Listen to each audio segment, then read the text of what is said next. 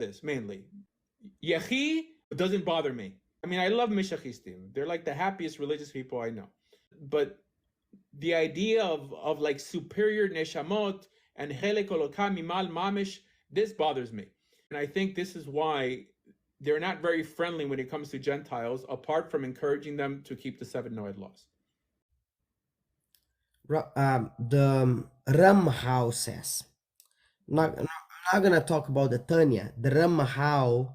Yeah, he's a Makubal also. I mean, it's Kabbalah. I mean, that's the problem. I mean, the Ramchal. No, it's not. I don't think it's a problem. I'm not gonna go saying there's a problem, because the Ramhau says that every neshama is a neshama given by Hashem, and the neshama of the Jew is higher than the neshama of the goy. Yeah.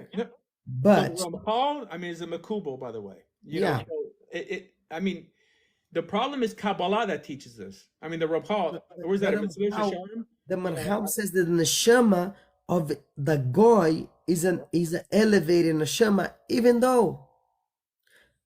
Now, the Tanya does not say that the neshama of a goy is an elevated neshama, but the Ramchal says that the neshama of a goy is an elevated neshama, but it's not as elevated as the neshama of the Jew. Yeah, so that's a racist. I mean, it's a bigoted statement, don't you think? I don't think so. I'll tell you why. Because the neshama of the goy, if the goy, he is born to be a Jew and he will become a Jew, that neshama has to be elevated, and then his neshama is not as elevated as the neshama of the Jew, because yet he cannot understand the spiritual things as the Jew can understand.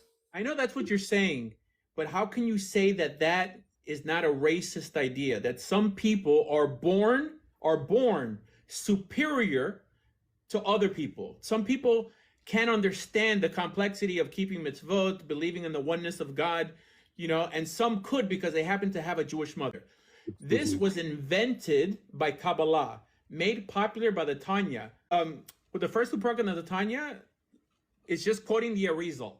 It's not something that the Tanya invented, by the way, right? And the Ramchal is big into Kabbalah also. I mean, if you ever read Mesilas Yesharim, it's all Kabbalah, problematic Kabbalah. So the problem is these ideas don't appear by Chazal. They don't appear in the Gemara. They don't even appear in the Rambam. They're post the 13th century. If you think, okay, let me ask you a question that I ask most Mekubalim. If you have two babies on the table, by the way, just ask me. Well, you believe in Kabbalah, you know. I mean, it doesn't mean that I mean you're like you know, like well learned in it, but you believe in Kabbalah.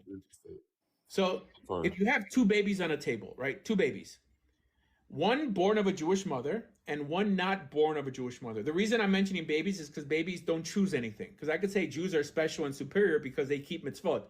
But if you have two babies who don't keep anything, one happens to have a Jewish mother and one doesn't, is the one with the Jewish mother closer to God than the one without a Jewish mother at that point?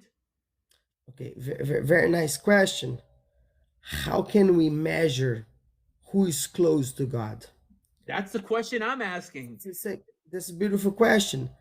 The point is, the guy that was born without a Jewish mother, okay, can he be closer to God than the Jew? Sure. Maybe you'd say, no. He cannot be close to the Jew. He cannot be closer than the Jew, because the Jew is born with a higher neshama and he's closer to God. Yeah, okay, yeah, but that's a racist idea, no? No,